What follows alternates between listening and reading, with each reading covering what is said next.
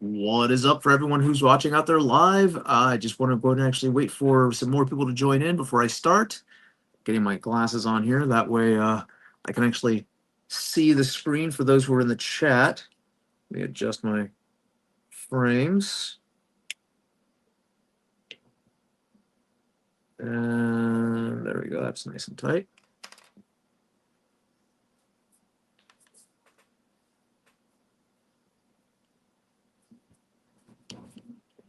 There we go. All right. Well,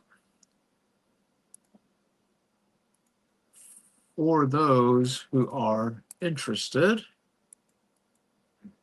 I have some things here that I have come up with for the X-Shot motorized piston pump. Now, you all have already seen my SOCOM X1 shroud. Of course, this one has actually been changed a little bit. It is with a different front sight that I found in the France Foamworks files. I went ahead and actually printed one out here. And it's a much larger sight, but I will be showing why I'm using this here soon. Now, when I released this, there was some people out there that said we'd like to have a larger front rail, and I tried to explain to them that I designed this and tested it a lot, so that this is where the front sight needs to be. If you have the standard barrel that comes out to like right here, which the B car puts it to right about here, and this helps to sight the actual B car so you have a perfect shot. And then, of course, if you extended the barrel out, you would move this sight backwards here. That way you could just see everything and still see the B car with the actual point on the iron sight. So you move it back. But they still wanted to have a longer rail up top. And who am I to say no to a customer? So I made the X2. I don't have a copy of it here because of the fact that the two that I made actually went out to customers that paid for it. So that one actually will be listed here shortly because I did take some photographs. It'll be a Big Blaster Consortium, and that has the full rail extended and the ones on the bottom as well. Now, what I did go ahead and do, though, is that somebody did say, hey, can you make a CQB version of it? And I had one person that said that. I was like, well, I could probably do a CQB version. It'll take some redesign timing. So I made the X3, which I nicknamed the Lub. Here it is. This is actually the prototype printed in all black. And it does have a see-through vent all the way through, and it does have the 4 rails on either side. So I made the Lub, and Lub is short for Little Ugly Bastard, depending on how you want to call it, or Little Ugly Bitch, whichever, because it's a shroud that I find so ugly, but it works. It's a SOCOM shroud that's really short. It's just short.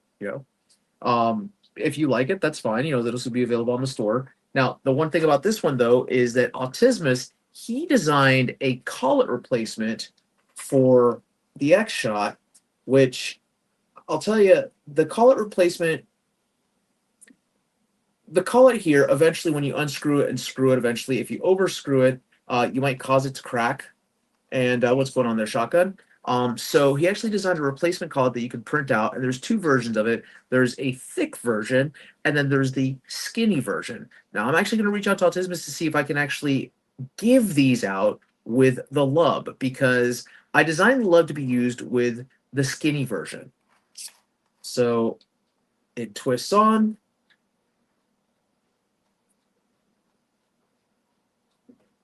Now, any of my shrouds will work with the skinny version, just that they're tighter if you have the quote-unquote standard version or the stock version.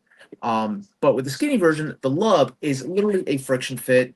It slides in here, it lines up with the barrel just nicely, and it is tight enough that you click in there, and that is now secure, and you can see that that's not going to fly off. So you can actually pull it off, and that's not a problem at all. But there you have the Lub attachment. This is with a stock barrel. Of course, some people are saying they want to do a shorter barrel so they can actually use it for HVZ, and that is what this is designed for. So there you have it. That is the lub. This will be listed on bigblasterconsortium.com. And as you can see, the Picatinny rails do line up just perfectly. Now, in addition to the lub, like I said, I will probably put out a set of iron sights as well, because these iron sights, you can go ahead and actually slip onto these rails. They are friction fit. Let me see if I can actually get this one off. It might be a little bit of a chore because this is a really tight fit on here. It is not wanting to come off. So let me just do my usual method of just using a little mallet. This tells you how solid my stuff is. That's not wanting to come off here. So back to the drawing board on that. Maybe extend that a little bit more. Oh, that's why. That's why it won't come off. I forgot about this. This actually has pins that hold it in place. Let me get my screwdriver here.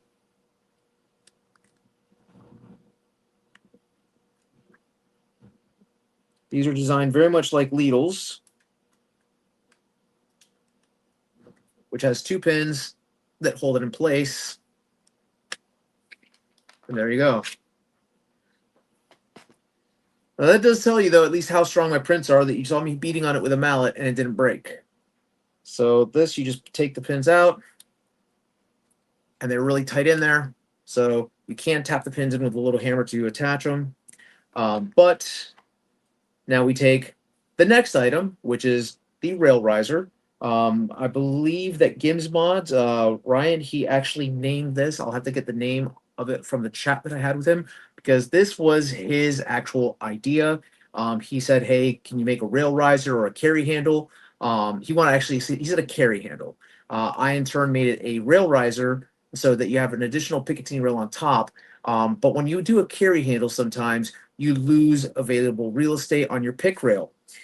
So by adding the pick rail on top, you get that that real estate space back. You have a carry handle, and here's the cool part: you can actually see right through. And I designed this specifically to have line of sight with the iron sight on the blaster. So you would basically just slide this on.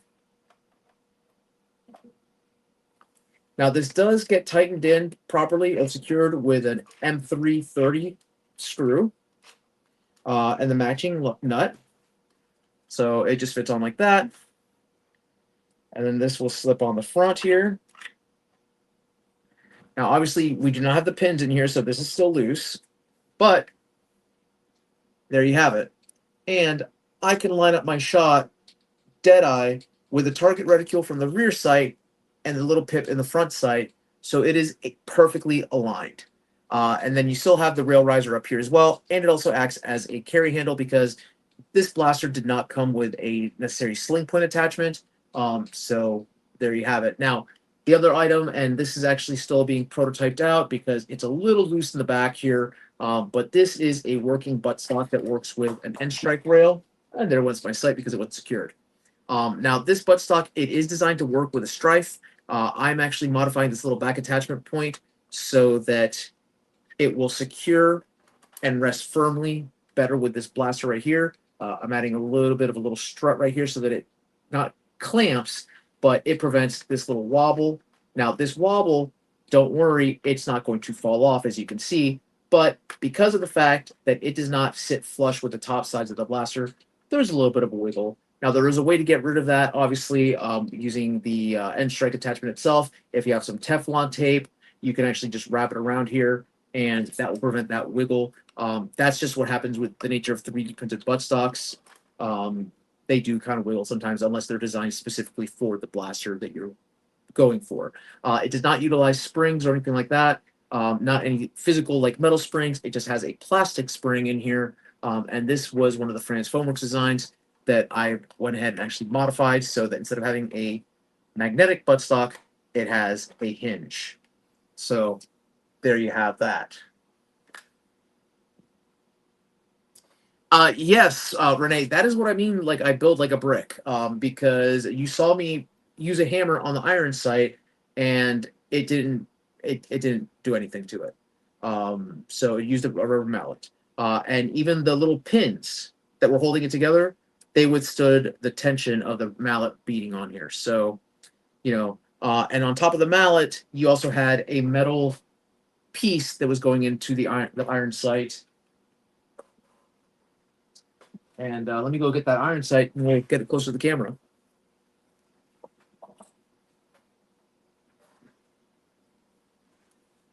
And as you can see, there's no damage. No real damage to the plastic. It is secure. So there you have it. But that is the products that I've been working on for the AEB. You have the X1 barrel shroud, which people have already been buying. That's available for $20 on the bigblasterconsortium.com. That is the one that is no longer available on Etsy. Also, I do have the End Strike attachment point file, which I've sold via digital STL, and I've actually sold a couple of physical copies of it as well. So, yeah, those are all available at the bigblasterconsortium.com, and this will soon be up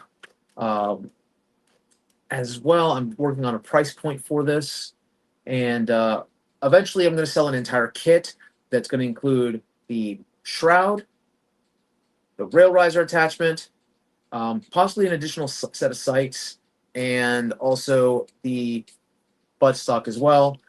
Given the individual pricing for every item, I think that a fair price for everything for an entire kit would be anywhere between $50 to $60. That way it can be, out there, and it's competitive pricing compared to some of the worker kits from back in the day with the strifes. So all in all, though, this is actually a really comfortable setup for this blaster. And with this battery buttstock, it is just the right size that you can lean your cheek on the cheek rest and get a clear line of sight with the shot. So there you have it. And that leaves your actual pick rail up here for additional options. If you wanted to attach some sort of lighting, tactical lighting. If you actually wanted to put an additional mag holder up here, you can do that as well.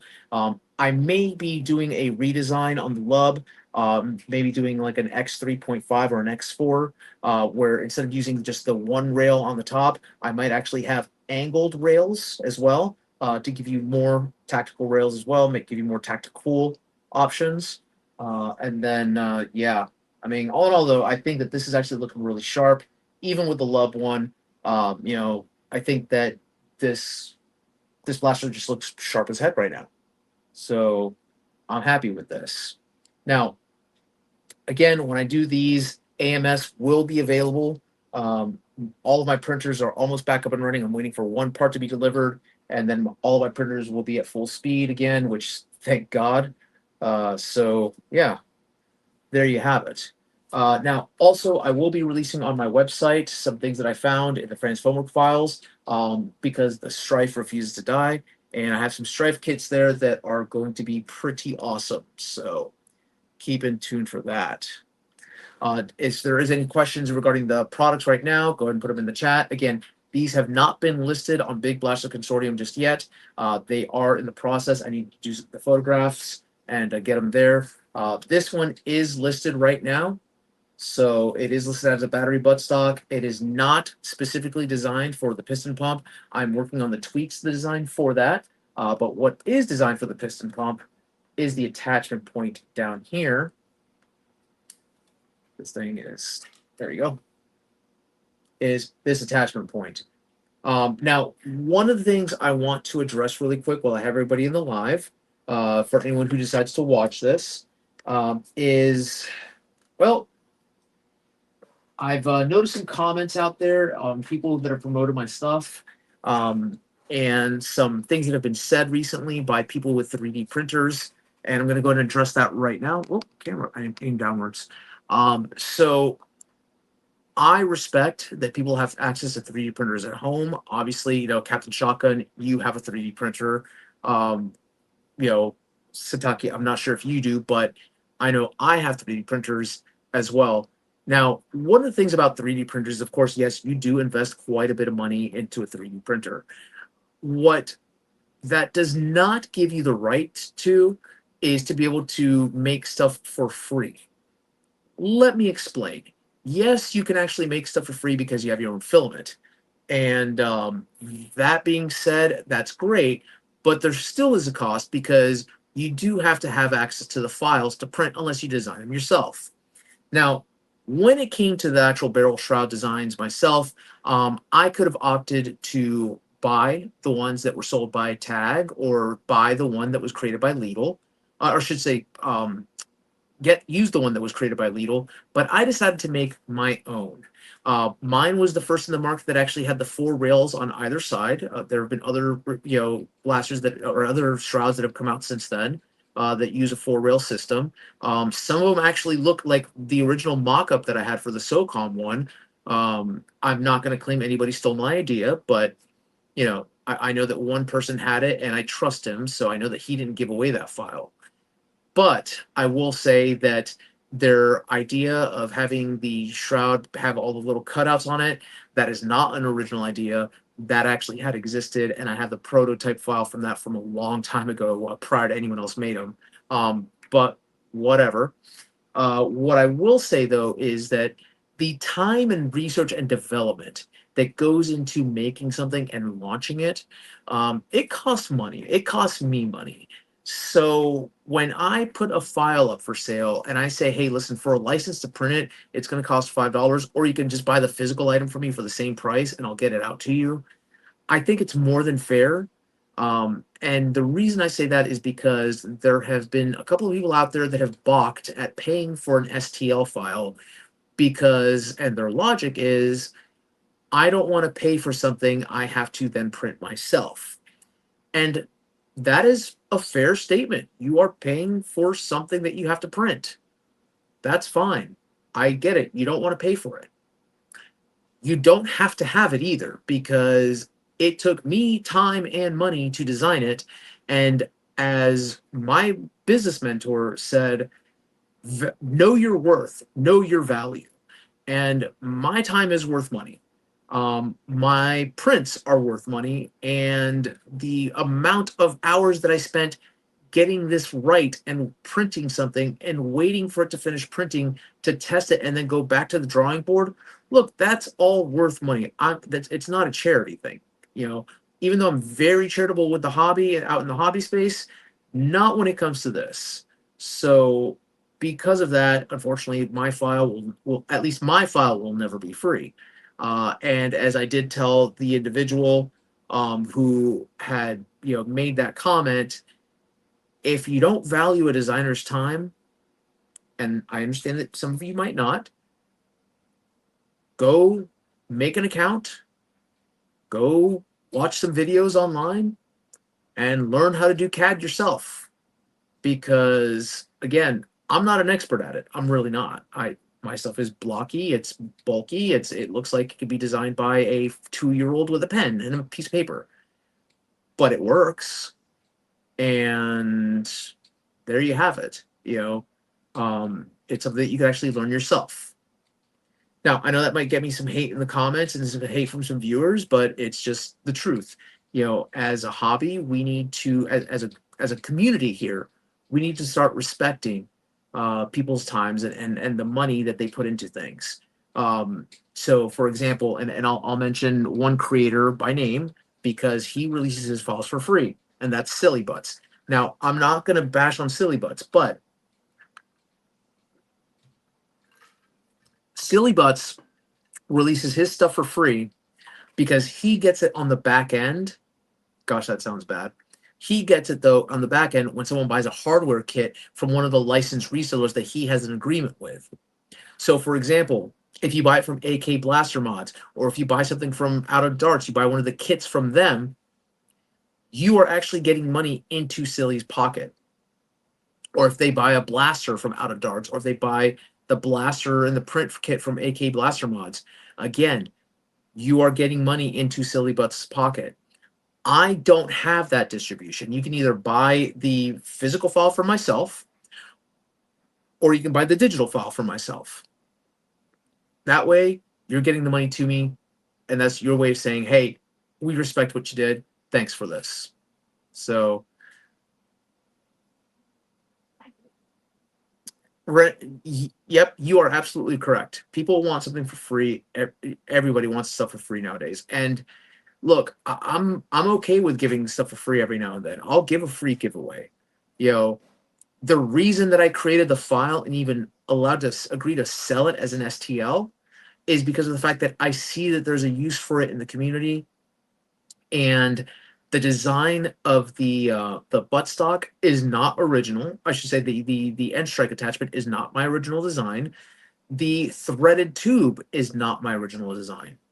What is my original design is taking the threaded tube, putting it to so that it ends in an end strike adapter, and measuring it exactly so that once you start threading it, it stops exactly where you need it to stop prior to breaking.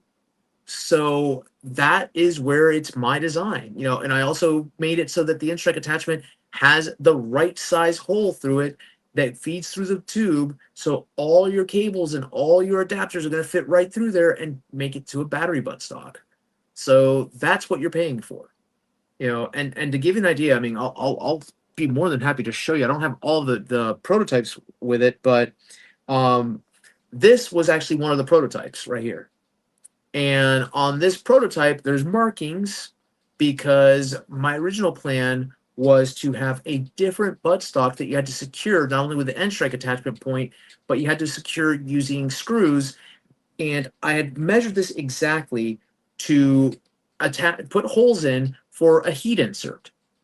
So I went through around 4 or 5 prints and 4 or 5 different copies of this, and each time that's using filament and wasting my time to get it just right.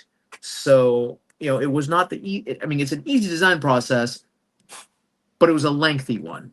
Not to mention what you're also paying for are the time that I spent troubleshooting why it was that this needed to happen. Because originally, and I'll show you this because I have no problem showing this to you. The original plan design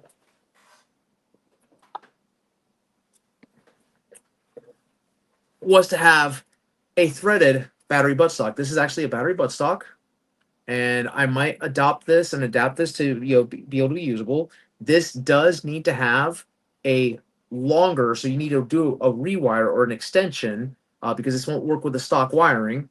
But this was a longer battery buttstock, which makes it more of a full rifle buttstock. And then you would just thread this in, and this stopped right at the back of the AEB. So that did not work because I mean I was able to print out one. When I went ahead and reprinted it in black, the threading, it broke off in the buffer tube. So it kept on happening. I had to go back to the drawing board, and I was like, okay, you know what? I need to figure out a better way. And that's when we realized, what if we were to take this threading, add the end strike attachment, that way the buttstock just rests on the end strike attachment, and there was not as much weight on the actual thread itself. So that's where that came from. All of that was part of the research and development that led to this. So, yeah.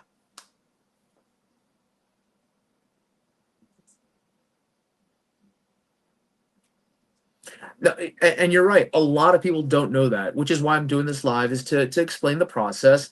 And if you've ever watched any of Silly Butts' videos, when he does a blaster design, he does several videos where he's like, first he introduces the concept, he talks about all the updates that have been going on. Breacher, for example, which is about to launch, Breacher was in development for over a year, like well over a year. Now, when it comes to Breacher, and this is where I come across as being kind of a cheapskate myself, I refuse to pay $310 for Breacher. That is what they're going to ask for out of darts, $310. I refuse to pay that. I have my own 3D printers. I have my own sets of prints and print standards that I use. And I dare say that my print standards are better than out of darts. Again, I'm not trying to start a war with out of darts or anything like that, but the prints speak for themselves. So because of that, I would rather pay for the filament costs myself not use protopasta, which there's nothing against protopasta, but it is an expensive filament, and print it out myself, buy the hardware kit from Out of Darts, so Silly gets his money, and then do it that way. It's being thrifty, but not being completely cheap and getting something for free. So there you have it. Again, I understand why Out of Darts would put their pricing the way that they are because they use protopasta filament, but when it comes to doing a 3D printed blaster, the rule of thumb that I have adopted, and I highly recommend anyone adopt this because you're gonna realize that you're a lot happier with your purchases, is that it is $1 per FPS, base of 100. So, for example, with the exception, that's when you're doing a Springer. And then with a flywheeler, again, base $100 per FPS. So if you're going to get a 200 FPS 3D printed flywheeler, I expect to pay about $200. Now, I understand that the SBF is about $500 because it's brushless. That's a different story. I know what goes into a brushless build. $250 easily, $400 easily because you're talking about the Cadillac of builds at that point in time. But other than that, no, $100 base, dollar plus, FPS. Even Hidalfer, for example, Hidalfer, I would have charged $200 only because of the fact that I know what it took to go into that. I'd have a hard time buying it. But the reason that I would actually buy it from myself is because at the $200 price that I was asking for it was because of the fact that, again, you're dealing with somebody who is printing stuff to last and is going to replace something if it breaks, because that's what I do.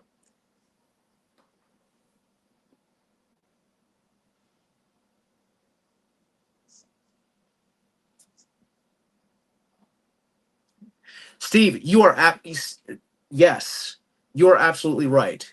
And mind you, I can tell you why they don't sell the files for their blasters. And please understand this.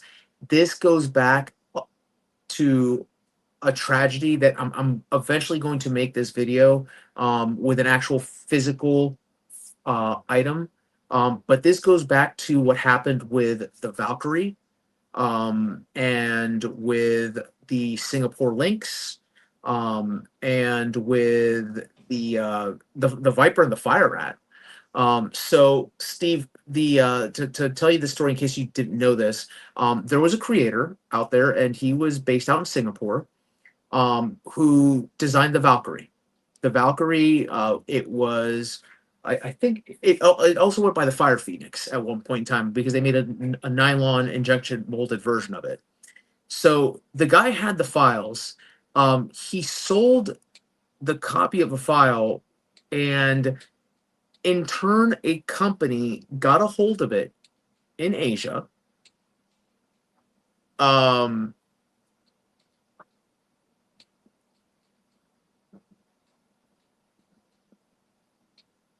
Okay, all right. Well, welcome to the hobby, Steve. By the way, welcome. So sit right back and you hear a tale. Oh gosh, I'm such a cheesehead. Anyways, so the Cebalon Valkyrie, it was released by a guy. I want to say his name was Leon or Liam, or something like that. So the story goes is that he had this file. He shared it with somebody, even though he owned the rights. He owned the file, and that company in turn mass produced it, did not give him a dime, and they just stole his design. So he literally left the hobby because of that. And it was a pump action Springer that worked fantastic.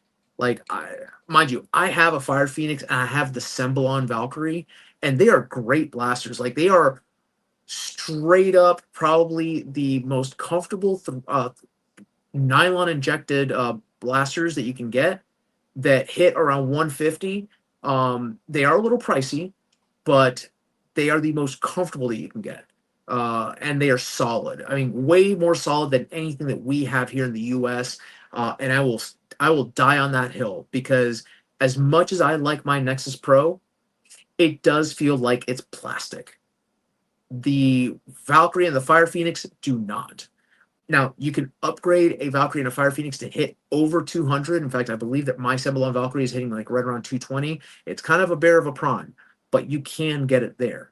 So,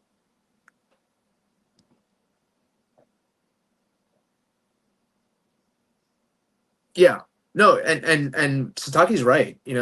He's absolutely right. So that's why a lot of people don't sell the digital files for the stuff. Some do, like Bruce Liedel. He sells his files, and God bless him. That man right there, him and Silly Butts, they are innovating like no one's business when it comes to blaster designs. In fact, Bruce, I will say that Bruce actually innovates more so than Silly. Silly did make the Silly shells, and that's very innovative. But Bruce is using literally elastic bands to get more power than what you get store bought off the shelves from Hasbro, and even some like the Dart Zone covert ops blasters using an elastic band, and he's using 3D printing to get the exact same mechanism. So a revolver, a pump action Springer, or sorry, stringer, magazine fed, all those things. He even does lever action, which is just fantastic. He does brake action as well, which is also really cool. The Corsair is a fun blaster. So hands down, Bruce, he deserves all the credit in the world. The problem that you run into is that you have certain people out there in the hobby, and I will make mention of this person, and mind you, I use them because sometimes I need to get a custom made barrel. And they're the only ones that do threading and will do special orders like this. But Frontline Foam, there was a big scandal with Frontline Foam regarding them using somebody's designs who they said flat out, I refuse to ever let you use my design. And then the person who designed it passed away.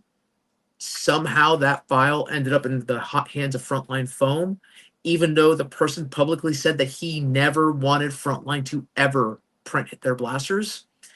And next thing you know, Frontline Foam is selling the stuff.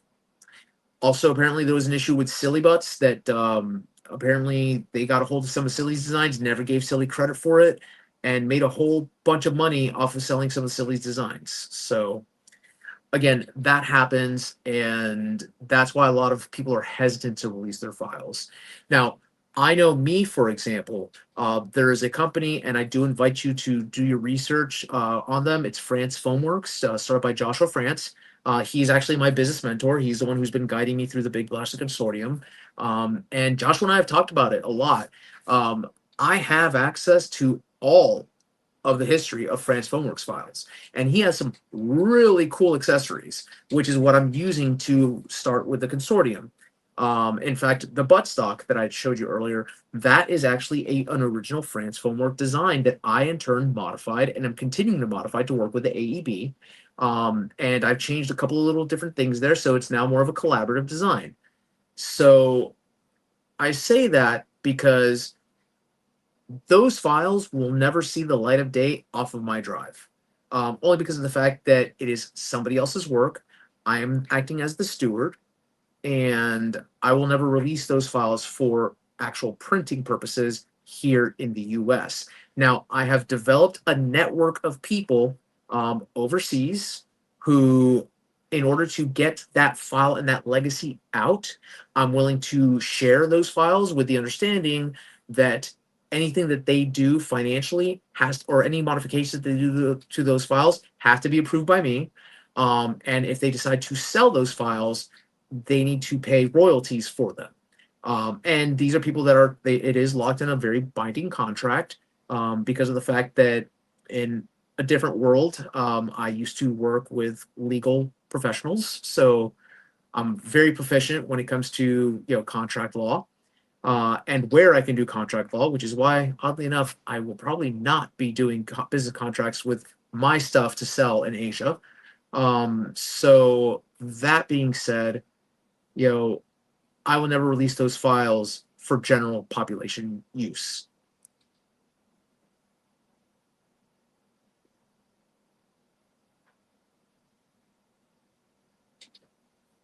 Yeah, and Renee, you're absolutely right. The links got on AliExpress, and a bad version of the links got on AliExpress. So yeah, you're absolutely right. And there was something that came out that looks oddly enough like Lidl's design on Timu, but when I actually looked at what they had on Timu, it wasn't quite Lidl's design. It looked very similar to the Corsair in form, but it didn't perform the same way as the Corsair. So that one, I mean, I will kind of give that one a pass only because of the fact that let's be honest here. Uh, let me grab something here real quick. Here we go. Let's look at the AEB. From a distance, this looks like a rifle. Who designed the first rifle? Who designed the first physical pew pew? I don't know. Not me. Not X-Shot. Not Zeus who created the BK1, but that's what it looks like, you know. And all those designs come from something else. Even Hasbro with their Strife. Yes, the Strife is an original, but then they had the licensing deal with Fortnite. Fortnite did not design their own guns. I mean, they animated, they cartoonified pre-existing weapons that exist in the real world, and made them Fortnite. And then Hasbro said, "Well, let's just take that and run with it." So that's why you have real steel looking cartoon blasters out there. So yeah. Um, so that's pretty much it. Again, I wanted to go live really quick to show off these products, let y'all know that I'm hard at work. There's a reason why I've not made many review videos lately. Because it's going really slow when it comes to releases. There is one release that I have to finish editing a review on. Oh gosh, it was bad. It was a headache. It's a Hasbro release. Be prepared for that one. But yeah, there you have it. Big Blaster Consortium, .com is where you can actually get a lot of these things. I do want to let y'all know again right now. I do have a backlog. I'm working. My printers are working nonstop right now to get the backlog of orders filled up. Thankfully, one of my big printers is going to be back online here soon, so I'll be all caught up by hopefully within the next 3 days on orders. So, and I do actually do customization in AMS as well as offer a lifetime guarantee on any of the parts that I actually sell to you. Because, for example, let's say that you are using this product, and in the course of play, you're just running around, having a blaster battle. This breaks off, which if it does, congratulations. But should it break off, you shoot me an email and you're like, "Hey, Normatico, listen, I had this. This is what happened." I'm gonna tell you, be like, "Listen, give me a day, let me get it printed out, or two, depending on what part it is, and just send me your address. I'll let you know what the shipping will be, and all I ask is that you pay for the shipping, but I will replace the actual parts for free. um, Shipping costs, unfortunately, guys, that I can't really waive.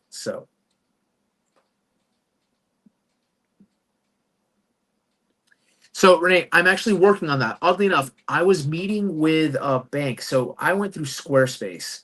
Squarespace does not really allow me to set up international delivery with the version of Squarespace I'm using. I have to pay for more advanced features for that. But I had a meeting with my bank, and we were discussing this. They love the name of the store, oddly enough. Um, and I'm going to be migrating stuff over so that I can do international shipping again. And then that's what we're going to work out. Now, in the meantime, until that happens, and it's going to be probably a couple of months down the road. But until that happens, for anyone who's interested in doing international shipping, um, reach out to me, shoot me an email. We'll work something out. I will find out what the international shipping is. So, for example, Sataki, also known as Renee, if he lives over in Europe, in a region in Europe. I don't want to dox him or anything here, but I have an agreement with him where if he finds 5 people to buy my shrouds at $30. Normally they're 20, but at 30, that would literally at 5 shrouds, that would cover all of the shipping costs for everybody. So basically, it's split shipping. I send that over to him, who will act as a quote unquote pseudo distributor for his region, and then get those out to the different people. That is something that I'm willing to work out with anybody who's overseas. If they're willing to say, "Hey, listen, just send it to me. I got 5 people. Let's find out what the shipping cost is, and we'll do that." I tend to work really well with people like that because, again, even though I'm not here to go bankrupt, I mean, I am here to make a little bit of money. um, I'm not here to quit my job yet. Uh, would I love to be able to do that and do this full time? Absolutely. But again, right now it's all about helping out the hobby, and if I make a little coin in the process, there you have it. So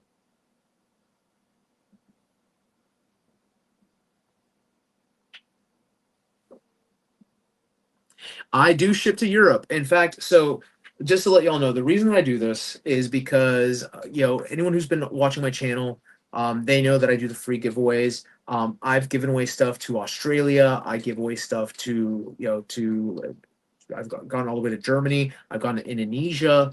I've done stuff in Mexico. So I do ship international. I'm not afraid of that. And the reason that I won't ship international, just one product, is because, again, if you want to pay for international shipping and just have just the one shipped to you, that's fine. I'm trying to save you money. So there's that. So, but that's pretty much it for the live, guys. I just wanted to give that product demonstration, show you guys all the show you the love, so to speak, the love, play on words there. The rail riser that I developed, and then yeah, this actually, I'm actually proud of the way that this looks, but I'm going to be working on this redesign, and once that's done, this will be good to go. But if you actually wanted to use this on like a stripe or something like that, you can actually buy that through my store. It works really well with the strife, and depending on the colors that you want, I can actually match it with the OJ strife, the Elite Blue strife, or the Modulus strife. So there you have it. But I do want to thank y'all for watching. Until next time, y'all, keep on blasting.